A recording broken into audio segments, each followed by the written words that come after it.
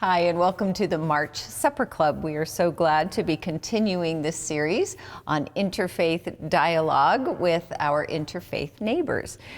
This is the March Supper Club, and we are covering the topic of Hinduism. We have thus far covered Buddhism, Judaism, Islam, and then tonight, Hinduism. That's right. We have Deeptang Shu Das with us, a doctoral student, PhD student at the University of Denver. Deep, it is great to have you here. Thank you. It's my honor. Thank you for having me over. Tell us just a little bit, maybe just about you first, and then we'll get into Hinduism. Yeah, sure. So I'm Deeptang Shu, and I was born and raised in the state of Assam in northeastern India. It's a hilly state, and it's known for tea production. And I came to Denver, DU, University of Denver in 2021, and I'm a doctoral student, and I research Hindu goddess traditions in literature and popular culture. Fantastic. We're very lucky to have you here. Welcome to Denver. Yeah. Would you tell us why don't we just start with some basic concepts of Hinduism? Sure. So, of course, I think I should have some disclaimers here because Yes. Hinduism is a huge tradition, right? So it's a tradition within so many traditions. In fact, I prefer the term Hinduisms to capture the diversity of the tradition and the stories and the myths. So, I think to start off, as I said, because it's diverse, it's difficult to actually pinpoint very specific concepts, but let me address the ones that are very popular and that are ingrained in popular imagination. So the first is the idea of Brahma and the Atman, and it comes from the Upanishads, the early scriptures of Hinduism. So Brahman represents the universal and ultimate principle of the cosmos. And the Brahman is interconnected with the individual soul or self, which is the Atman. And Hindus believe that it is this recognition of the interconnection between the Brahman and the Atman that is the gateway towards liberation. As we recognize the Brahman in us, Exactly. It's the path to liberation. And then we understand the immortality of the souls. So that's very important in Hinduism. Yeah. Would Brahman be the equivalent to what we would call God, or how would you think about those as being any different? Or Yeah, at one level, of course, we can compare Brahman with the God principle, but again in Hinduism, Brahman is the abstract transcendental principle who is also imagined in different manifestations. Okay. So it's both singular and plural, right? It's both form and formless.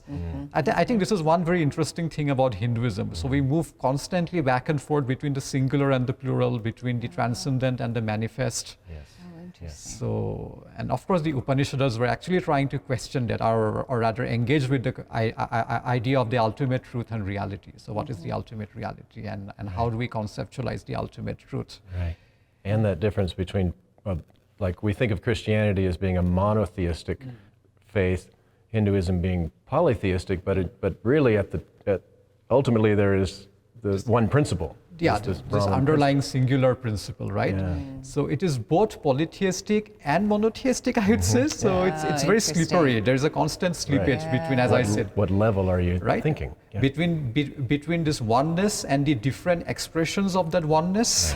Right. Yeah. So say more about the different expressions of the oneness. I think I'll tie this with my own research interest because I study goddess traditions and goddess mythologies. So for instance, I think this is very unique about Hinduism because Hinduism recognizes the female principle who is understood or identified as Shakti, the feminine power of the cosmos. And in the goddess scripture, which is called the Devi Mahatmya, and I think the translation would be the glory of the goddess, the goddess is understood as this primordial, cosmic, transcendental, formless power that pervades the entire universe. So she is intelligence, memory, intellect, beauty, maternity. So she is all those abstract. I love Shakti. Right? She's all these abstract qualities, and yet she is also imagined as a female goddess, as a mother goddess, and she's also depicted as a consort in certain traditions. So I think this is what makes Hinduism very interesting. As much as we recognize the different manifestations and avatars or different expressions of the deity, there is always this celebration of a primordial, one singular principle. So that is where I think we really need to look at the tradition more closely with that's nuance. great. Yeah, thank you. You mentioned that the goal of Hinduism, if you can use that word, is you use the word liberation.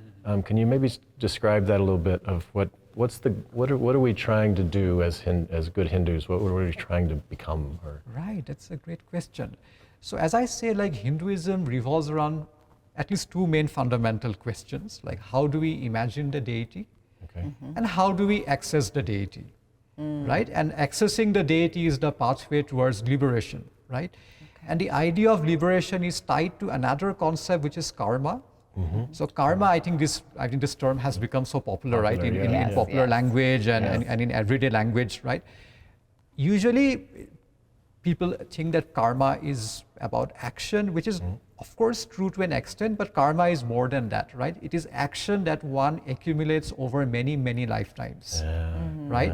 And the nature of that action will earn merit or demerit, which then decides the nature of rebirth.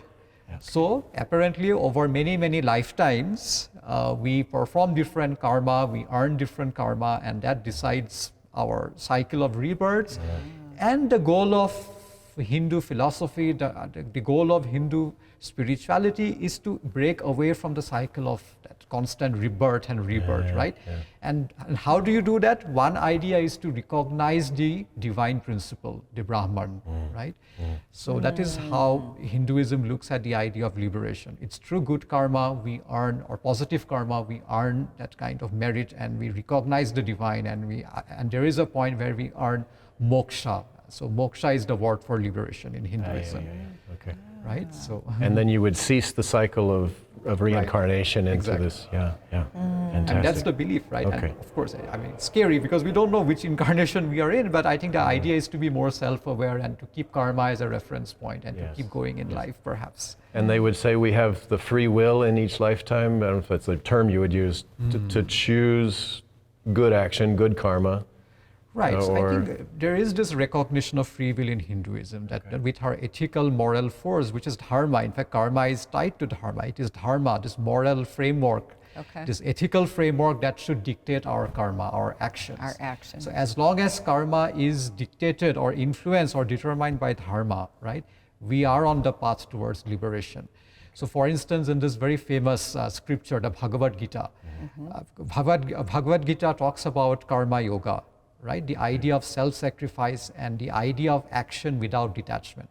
Because as humans, we always, the moment we think about actions, we think, well, there is a particular outcome or a particular result to be achieved. But in the Bhagavad Gita, the idea was, no, forget about the action, forget about the outcome. Just keep performing the action. Do it. Yeah. Just show up and just embrace the divine within you and allow yourself to be influenced by dharma.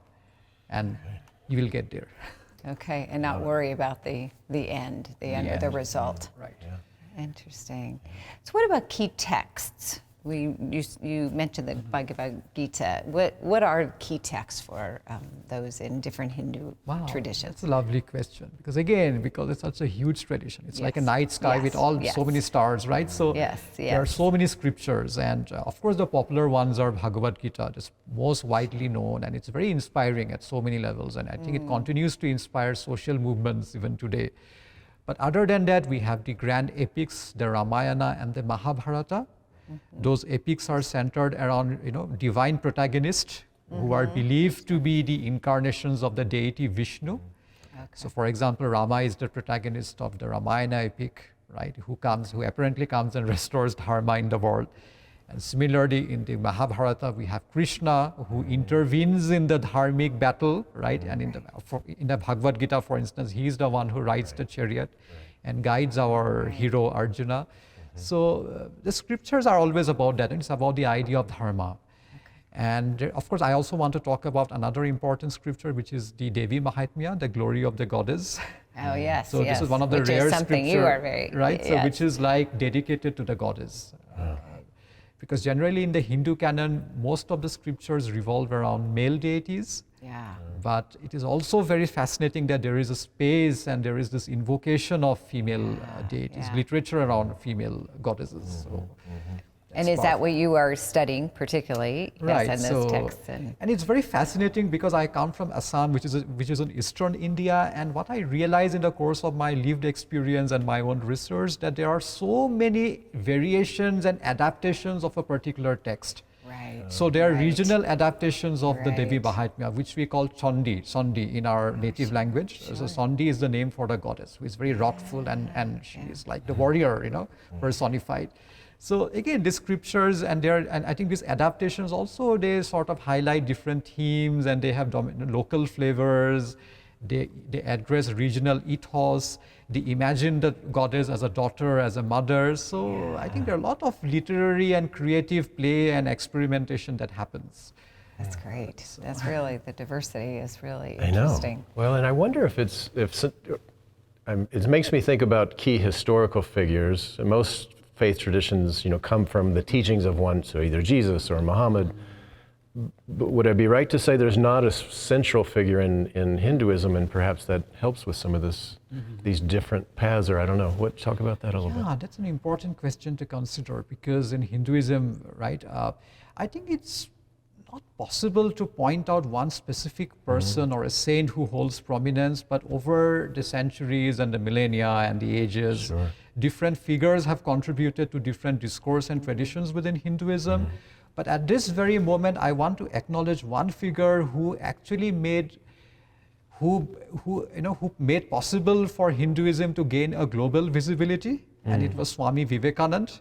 Because I think in 1893 he participated in the Parliament of World Religions in Chicago, and he had this very charismatic presence, and he was the delegate who spoke about Hinduism and to the American audience. To the world. And that was the first, Interesting. that moment when Hinduism became like, okay, this religion which is out there and has a presence. And Swami Vivekananda, again, he was a very interesting and a very complex sort of presence in that moment. And for him, he wanted to portray Hinduism as a rational scientific religion, because he was also responding to the whole colonial period and the colonial discourse. And Vivekananda was also very much, of course, influenced by the goddess tradition. And I think he's one figure, who represents the intersection of what is tradition and what is modern in Hinduism. And other than that, in the medieval period, we also have saint figures, bhakti saints. So I think bhakti, I should quickly mention this. So bhakti was this devotional movement that came up in medieval India, and they challenged the caste privilege, and they challenged the priestly tradition.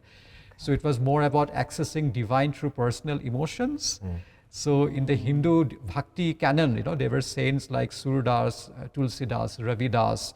There were also female saints like Mirabai, who completely brought about a paradigm shift in how the deity was to be understood and worshipped and conceptualized. And even today, there are figures who are like sadhus and saints and global gurus who sort of represent Hinduism on different forums. And I think, but then that's the question, right? I mean, who is representing Hinduism, and for what audience, and what is the larger? Context. I mean, what are the stakes? I mean, those are questions that we might need to ask. Yes. We could go on. This is so fascinating. If you wanted us to know something about Hinduism's, what would it be? What would be your message to us in the beginning of this conversation with these people?